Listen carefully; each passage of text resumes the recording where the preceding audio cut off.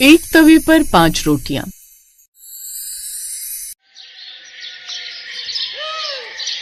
अनन्या बहू कहाँ है? आज उसकी पहली रसोई है। 2 दिन उसे आराम करने दिया, लेकिन अब उसे ससुराल के किचन का मुंह देखने को मिलेगा। माँ वो बस तैयार हो रही है, आने वाली है। कुछ देर बाद अनन्या तैयार होकर कमरे से बाहर आती है। बहू, तू तो ऐसे तैयार होकर आई है जैसे ससुराल के किचन में नहीं बल्कि किसी 5 स्टार होटल में खाना खाने जा रही हो। अब मम्मी जी, आजकल पहली रसोई भी तो किसी बड़े फंक्शन से कम थोड़ी ना होता है। रील्स भी बनाकर डालनी होती है ना सोशल मीडिया पर। आग लगे सोशल मीडिया को, आजकल बहुओं को कैसे बिगाड़ कर रख दिया है। शर्मा परिवार में आज अनन्या यानी घर की नई बहू की ससुराल में तीसरी सुबह थी। शादी को बस 2 दिन हुए थे। आज उसकी पहली रसोई थी। अब बताइए माँ जी, क्या बनाऊं पहली रसोई में?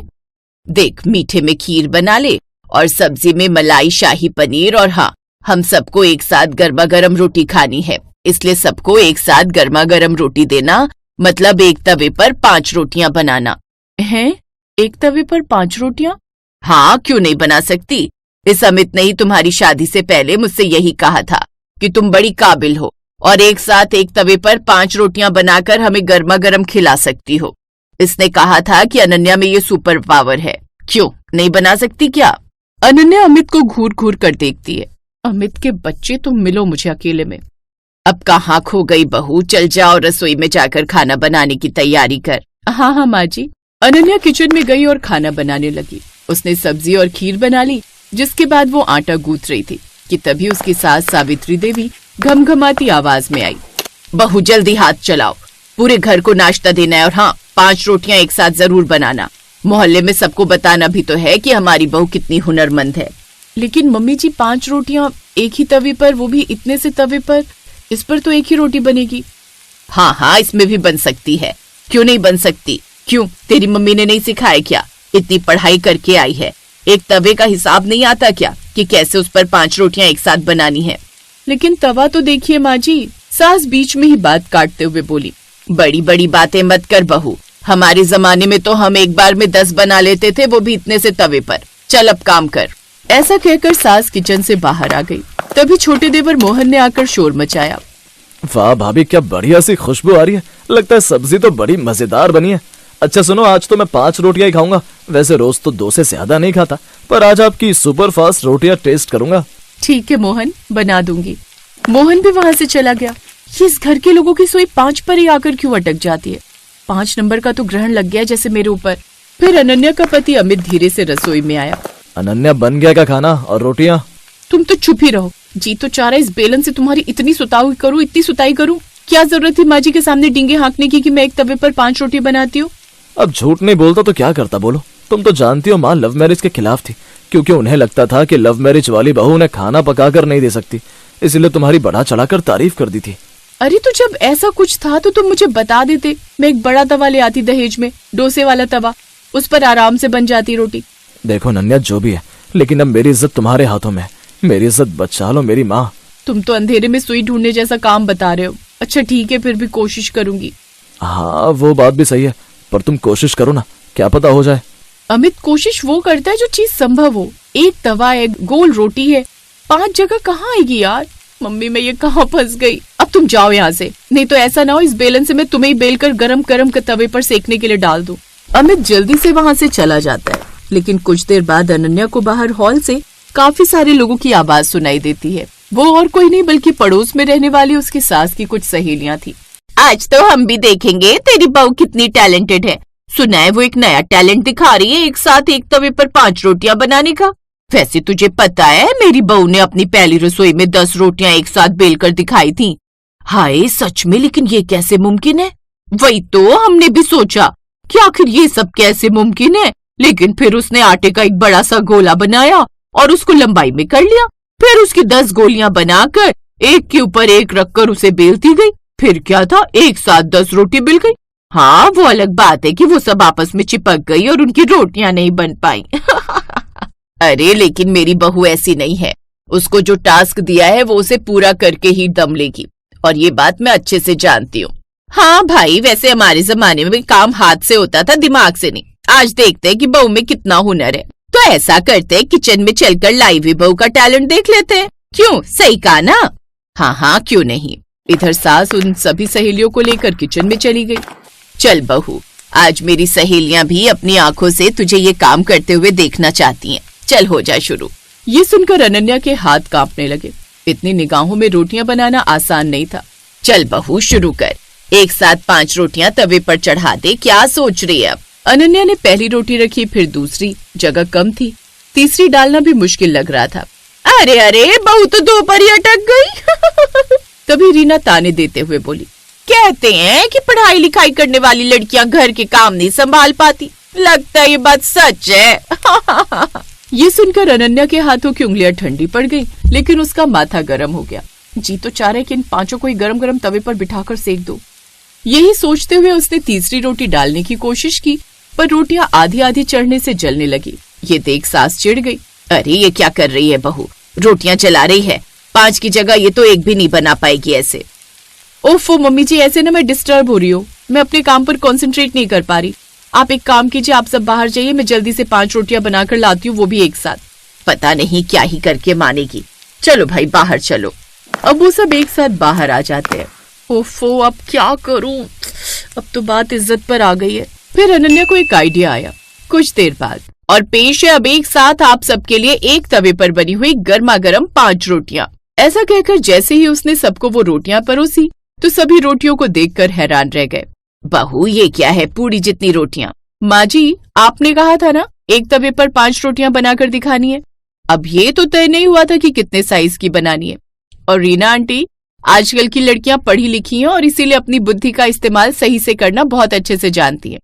अब खाइए आप सब, मैं अभी आप सबके लिए 5 रोटियां और बनाकर लाती हूँ। ये देख सभी हंसने लगते हैं।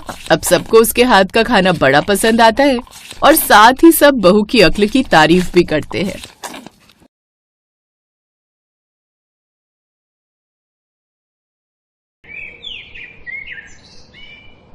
यशोदा अपने 2 बेटे और अपनी 2 बहुओं के साथ रहा करती थी, लेकिन फिर भी उसकी किस्मत ज्यादा अच्छी नहीं थी। अरे दीदी, आज तो मेरा तवा पनीर खाने का मन कर रहा है रोटी के साथ। हाँ तो इसमें दिक्कत क्या है अंजलि, बनवा लो उस बुढ़िया से, भला वो किस दिन काम आएगी। जाकर बोल दो हमारे लिए तवा पनीर बना दे।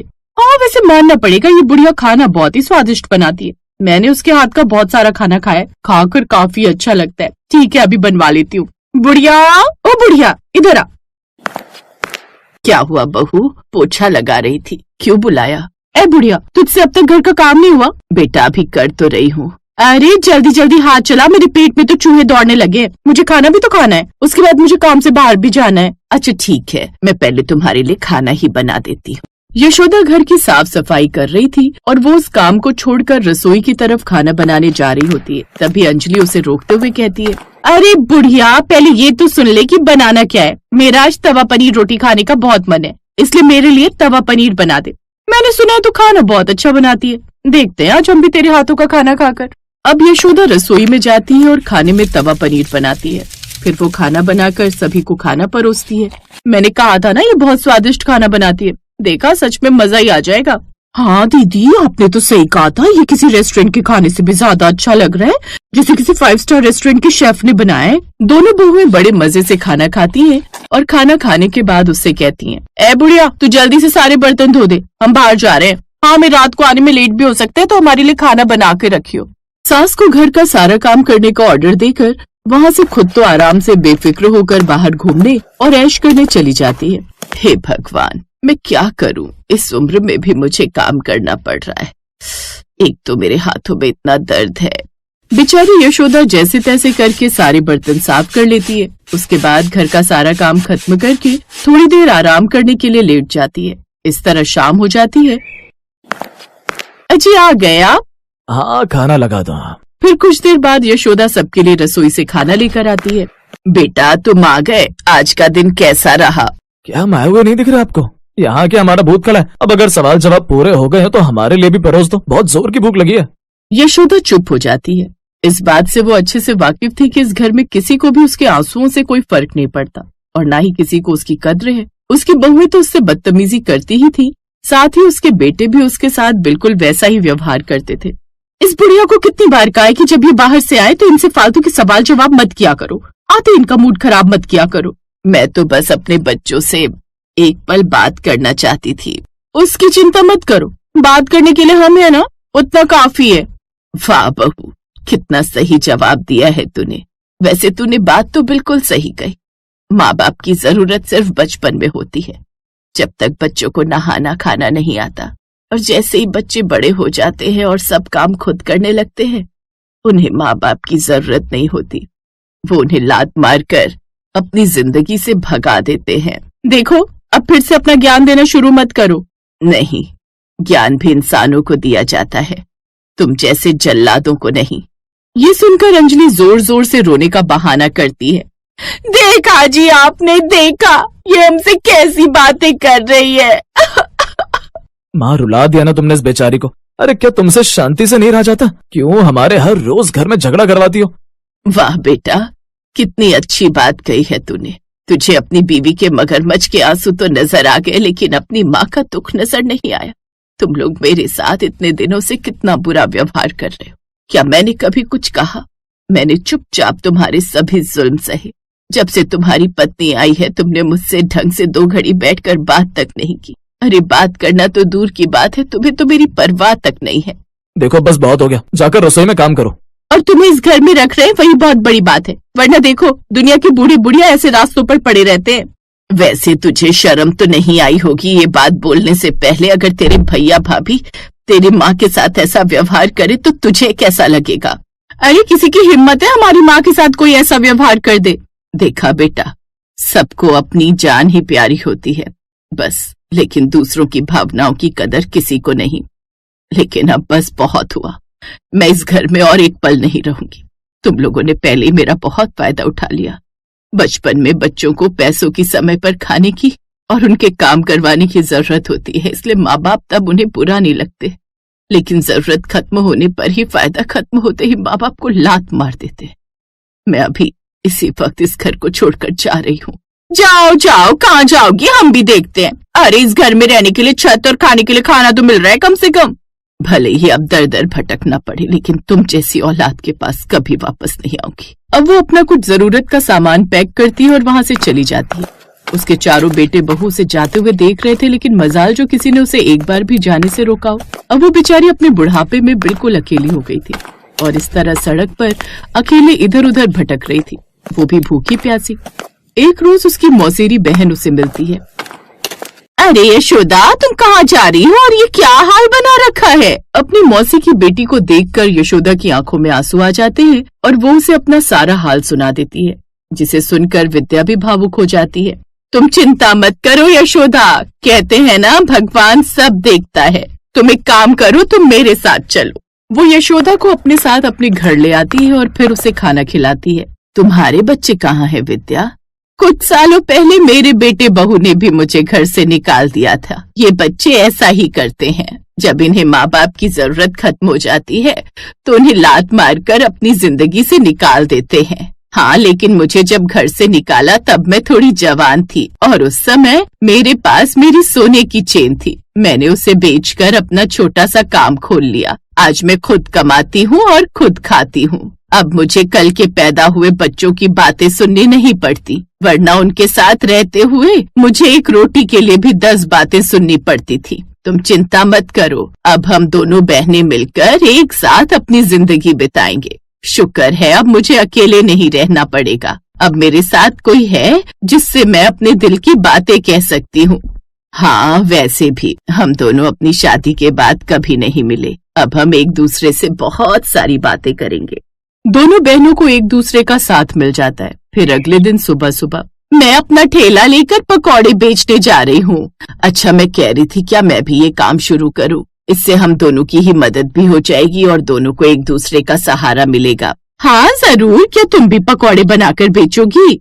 नहीं, मुझे पकौड़े तो अच्छे नहीं बनाने आते, लेकिन हाँ, मेरे हाथ का बना तवा पनीर सभी को बहुत पसंद आता है। हाँ, मुझे आज भी उसका स्वाद याद है। तुमसे बेहतर तवा पनीर कोई नहीं बना सकता। वाकई वो बहुत स्वादिष्ट होता है। तुम उसे बनाकर बहुत मुनाफा कमा सकती हो। इस तरह दोनों बहनें एक ही ठेले पर पकौड़े और तवा पनीर बनाकर बेचती, जिससे उन्हें बहुत मुनाफा होता है। अब उनकी आर्थिक स्थिति भी काफी ठीक हो गई थी। उन दोनों का ठेला काफी मशहूर था। कई लोग उनकी कहानी ऑनलाइन शेयर करते थे और उन दोनों की कहानी ऑनलाइन काफी मशहूर हो जाती है, जिसे यशोदा के बच्चे देख लेते हैं। माँ तो बहुत पैसे कमा रही है, हमें उन्हें वापस ले आना चाहिए, इससे हमें भी काफी ज्यादा फायदा होगा। अब वो लालच में उसके पास पहुंच जाते हैं और चारों नकली आंसू दिखाकर कहते हैं, माँ हमें माफ कर दो, हमसे गलती हो गई, हमें ऐसा नहीं करना चाहिए था। तुम्हारे बिना घर सूना लगता है, चलो हमारे साथ घर वापस चलो। मैंने कहा था ना, इनके पास जैसे ही वीडियो पहुंचेगी ये चारों कैसे दौड़े दौड़े मेरे पास आएंगे। नौटंकी, वापस लेने आए हैं लेकिन मेरी कोई औलाद नहीं है। अब चुपचाप से यहाँ से दफा हो जाओ, नहीं तो पुलिस को बुला लूंगी। उन चारों को उनका जवाब मिल जाता है और वो वहाँ से चले जाते हैं। अब यशोदा और विद्या दोनों बहनें खुशी खुशी एक दूसरे के साथ रहती हैं।